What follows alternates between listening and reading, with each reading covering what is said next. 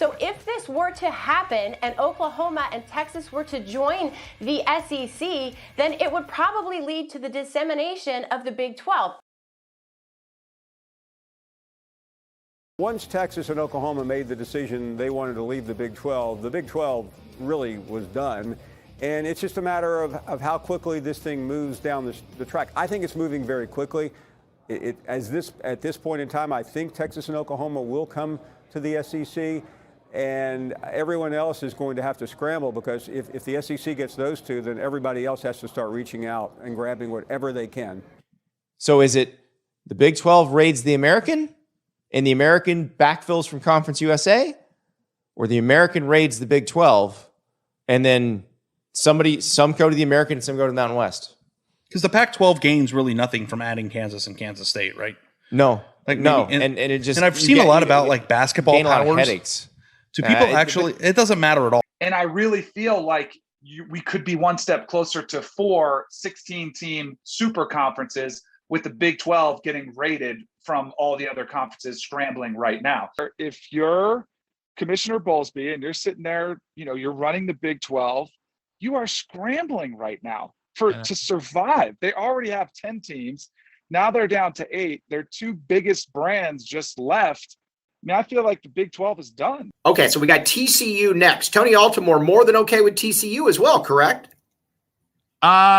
See, here's the thing: is you have to look at Texas, and if you're looking at Texas and you say, okay, if you wanted to add in Texas, you'd probably want to add 2 schools, 1 or 2, because you don't want a whole vat of them. So you need to look at all of the different Texas schools and say, okay, of these, which would you want to add? So I looked at it in 2021. I love TCU.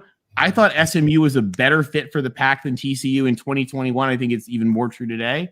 Yeah, and that's part of the problem, because like we go back to Bob Bowlesby, kicking and screaming like is the Big 12's last chance. It reminds me of like in a horror movie when the crazed killer has like his next victim and he grabs them and they're screaming for help, but either nobody hears or nobody cares enough to come help them. And you look at the situation now as the crazed killer wearing a mask that says ESPN is dragging the Big 12 down a dark and scary hallway to its end. Who's the hero that cares enough to come save the Big 12? Because everybody else is looking at it like, I'm sure, like the American, most other conferences are just kind of looking at those other 8 schools right now, trying to decide, do I have any interest in them? Do I want them? It's not like, oh no, let's save the Big 12 for the good of the sport. And, the Big 12 is just screwed. Yeah, no, the Big 12's dead. I mean, is what it is. The Big 12's not going to exist after this. If they try to cling on to a name, do the whole 10 teams, let's fill 2 spots, call it the Big 12, and there's still only 10 teams. I think that would just be silly. I think the brand needs to just die. You talked about the questions and what this would mean. What would the departure of Texas and Oklahoma mean for Commissioner Bob Bowlesby and the rest of the Big 12? Well, it's certainly going to be the hunted, not the hunter. And so I think a lot of conferences, especially the Pac-12 and the AAC, are really reaching out right now to find out if there's any interest, what the interest is. I think the Big 12 right now, it's almost impossible for the Big 12 to go add teams and make itself desirable to TV networks when the next round of negotiations comes up. So what do you do if you're the Pac-12, if you're the AAC? You try to gobble those teams up to increase your value. Because if you're the Pac-16, George Klavakov taking over as the Pac-12 commissioner, if you can suddenly make it the Pac-16, add a Baylor, add a TCU or whatever, then you're pretty attractive and you're at least in a better position than you are right now. You thought realignment was closed? Silly you. This time it's Colorado bailing for the Pac-12 to rejoin the Big 12 after just leaving the league 13 years ago.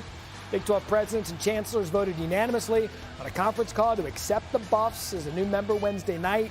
Vote marks one of the final remaining steps to be completed for Colorado to leave the Pac-12, rejoin the Big 12, which could happen today. Paul Feinbaum is here. Paul, what does this mean for this defection from Colorado mean?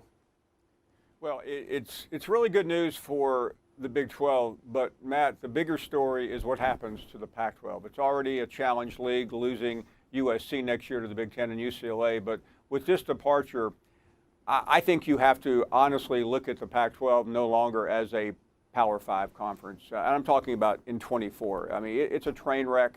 A new commissioner's come in, and quite frankly, he hasn't done much more than the old commissioner who was defrocked.